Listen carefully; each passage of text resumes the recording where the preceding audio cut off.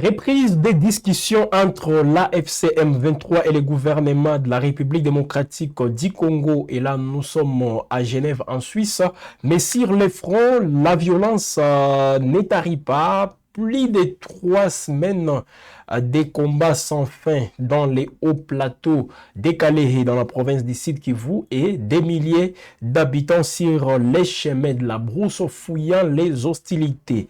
En tout cas, c'est depuis hier lundi qu'on a enregistré d'autres combats dans la matinée. Hier lundi 13 avril 2026.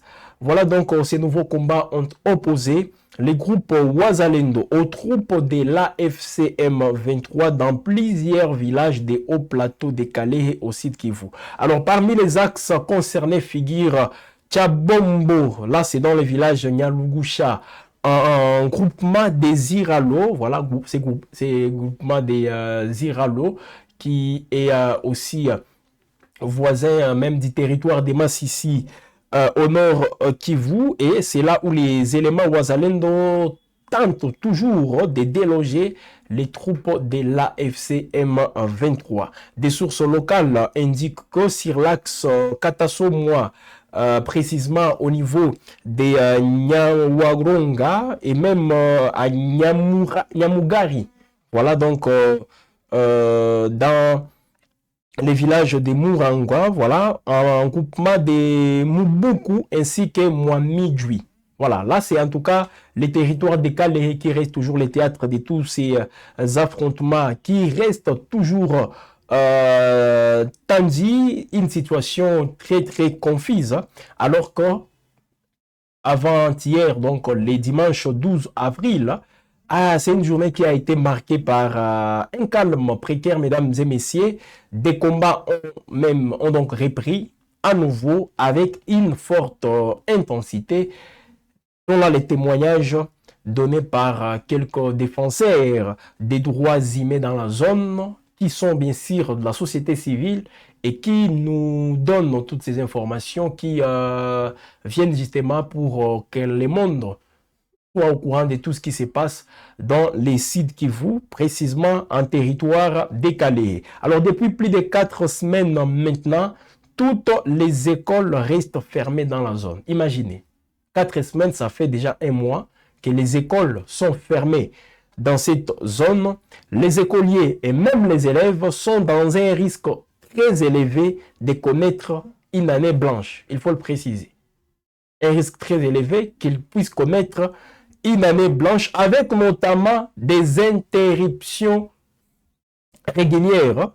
Un parent d'élève qui s'inquiète, voilà, il s'est donc exprimé chez nos confrères de la radio Maendeleo sous couvert d'anonymat. Voilà un peu la situation dans cette zone, mesdames et messieurs, au sud Kivu, et c'est pas seulement au sud Kivu, partout là où les combats ne font que s'accentuer, ne font que s'intensifier, c'est aussi ça la situation. Entre-temps, plusieurs villages du groupement des Iralo, à l'instar de Kassiru, Kachebere et même Ruchuro, sans oublier Kirambo, Ragira, Mutale, Tushunguti qui est le chef-lieu de ces groupements.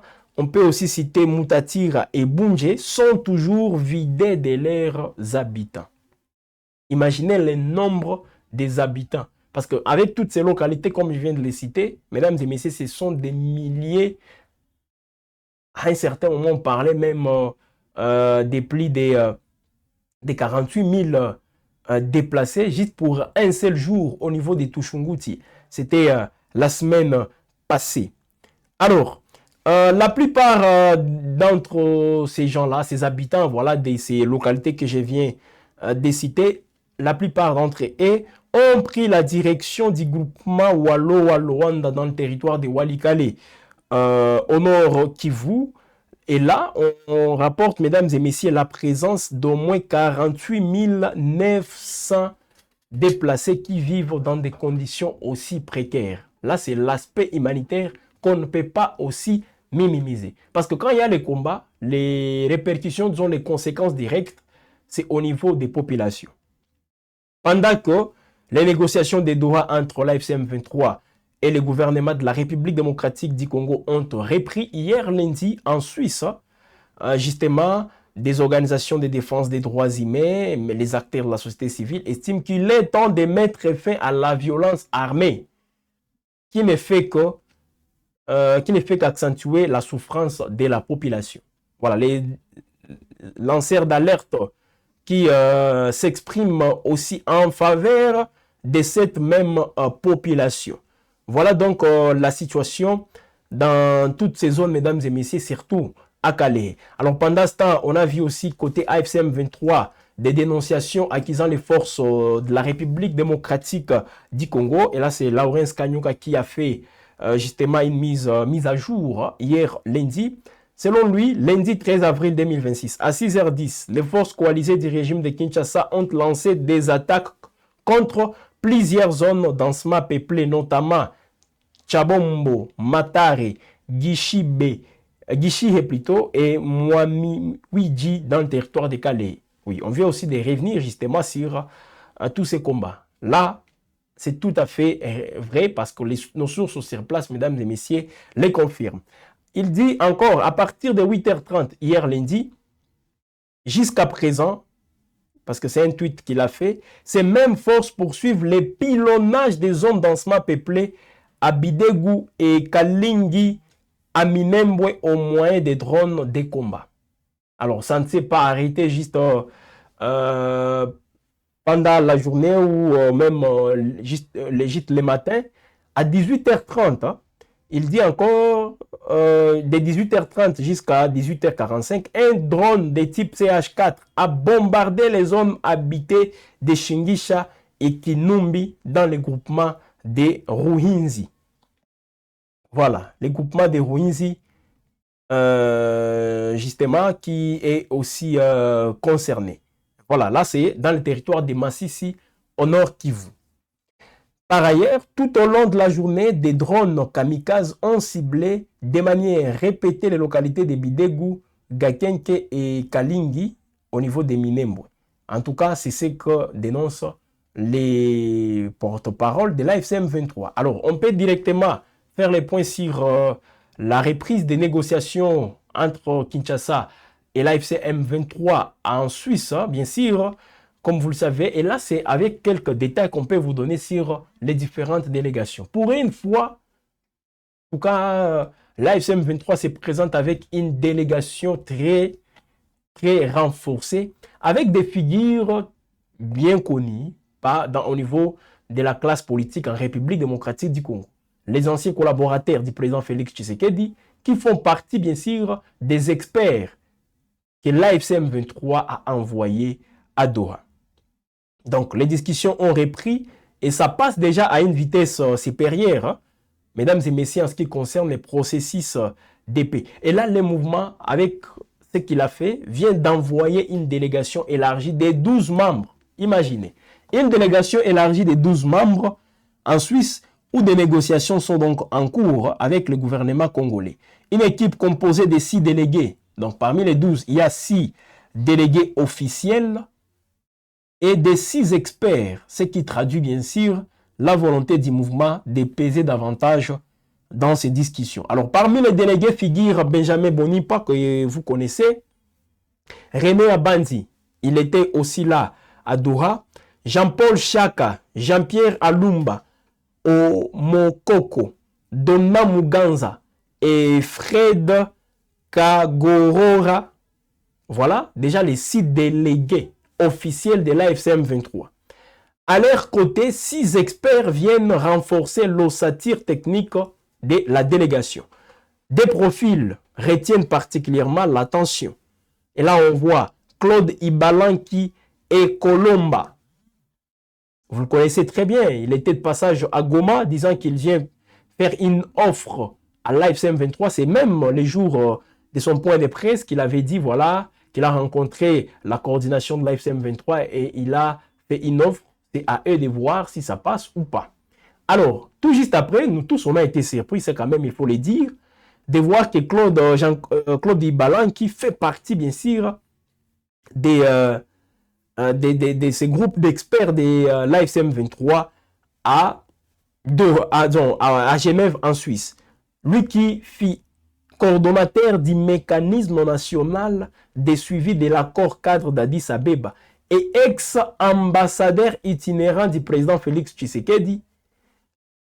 Il y a aussi une autre figure très connue, Franck Mwedi Malila Apenela, ancien ministre sous Joseph Kabila, ce qui incarne, mesdames et messieurs, on le disait tous les jours, c'est déjà une passerelle inattendue entre différentes sphères du pouvoir congolais. Voilà, c'est là qui était avec l'FCC, Joseph Kabila à l'époque, et qui ne se retrouve pas peut-être sous Félix Tshisekedi, qui ne sont pas dans l'équipe de Félix Tshisekedi, l'Union sacrée surtout, aujourd'hui toujours avec Joseph Kabila, ben, on voit certains parmi eux aussi s'afficher facilement avec l'AFC M23 et parmi eux d'autres obtiennent même des missions comme c'est le cas avec Ibalanki et même Franck Mwedi Melila. Alors, c'est leur présence, en tout cas au sein de la délégation de l'AFC M23, ne fait qu'illustrer la recomposition des alliances politiques. C'est ça la réalité. La recomposition des alliances politiques autour de la crise sécuritaire dans l'Est de la République démocratique du Congo. On peut dire aussi qu'elle témoigne la capacité du mouvement à attirer les figures ici des institutions étatiques, brouillant davantage les lignes entre opposition armée et élite politique. Donc les discussions sont toujours en cours, mesdames et messieurs, et à chaque moment, lorsqu'il y aura des nouvelles à vous faire part, on n'hésitera pas à les faire. Alors pour l'instant, il faut quand même croiser les doigts parce que l'AFC M23 s'affiche très déterminé. C'est le cas aussi pour le gouvernement congolais. Peut-être il n'y a pas trop d'annonces, on ne communique pas trop sur cette reprise des discussions, mais ne vous en faites pas, le gouvernement congolais est en train aussi de tout faire pour peser dans ces discussions. Alors, ici, on ne peut pas dire que tel ou tel va l'emporter. Le plus important, c'est que c'est le peuple congolais qui doit se retrouver. C'est lui qui doit être au premier rang, bien sûr, des préoccupations de tout un chacun. Si ce n'est pas le cas, en tout cas, on reviendra encore aux mêmes conséquences. Parce que ce sont les Congolais aujourd'hui qui se déplacent, les peuples congolais. Au Sud Kivu, tout comme au Nord Kivu.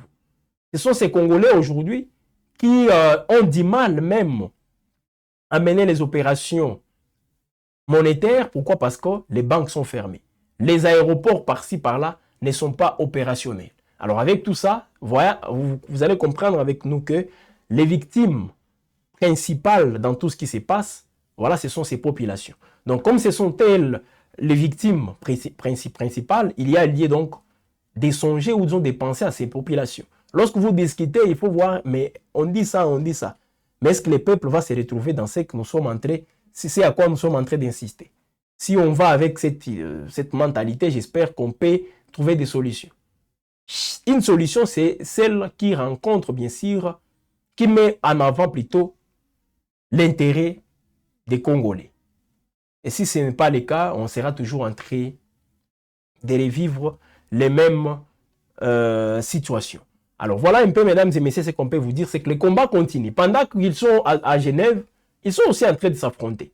Parce que tout le monde savait que les discussions vont reprendre les lundis. Mais ça n'a pas empêché aux forces en présence de se faire, ou de se tirer dessus.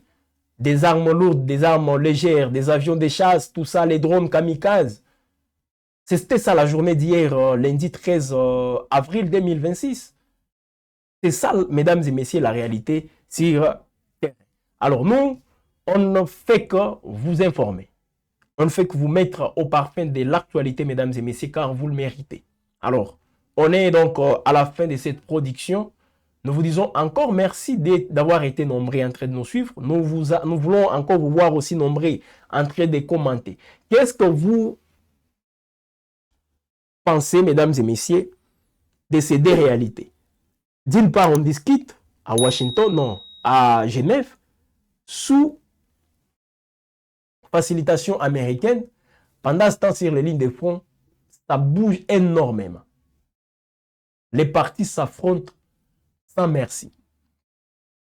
Alors, ce que là, on peut... donc, c'est à vous maintenant la parole. Dites-nous qu'est-ce que vous pensez de ces deux réalités sur les lignes de front et ce qui se passe à au niveau des Genèves. Voilà un peu, on va revenir avec d'autres détails dans nos prochaines productions, d'où cet appel justement que nous vous lançons. Ceux-là qui ne sont pas encore abonnés, il faut vous abonner. Abonnez-vous sur Web Info. La cloche de notification, il faut aussi l'activer pour rester tout le temps en alerte lorsqu'il y aura de nouvelles productions. Et c'est comme ça que vous serez toujours informé. À chaque instant, aucune information ne peut passer aussi un aperçu chez vous parce que vous avez un média qui vous accompagne. Alors, il faut aussi donc intégrer directement cette communauté pour que l'information ne vous échappe pas. Commentez, partagez, visitez toutes nos plateformes numériques. Voilà, Web Info. Merci à Faustin Mouiwa, c'est lui qui nous a réalisé. Je vous dis aussi merci d'avoir été nombreux en train de nous suivre. Merci infiniment, mesdames et messieurs. Restez connectés, car c'est ici où vous êtes mieux accompagnés.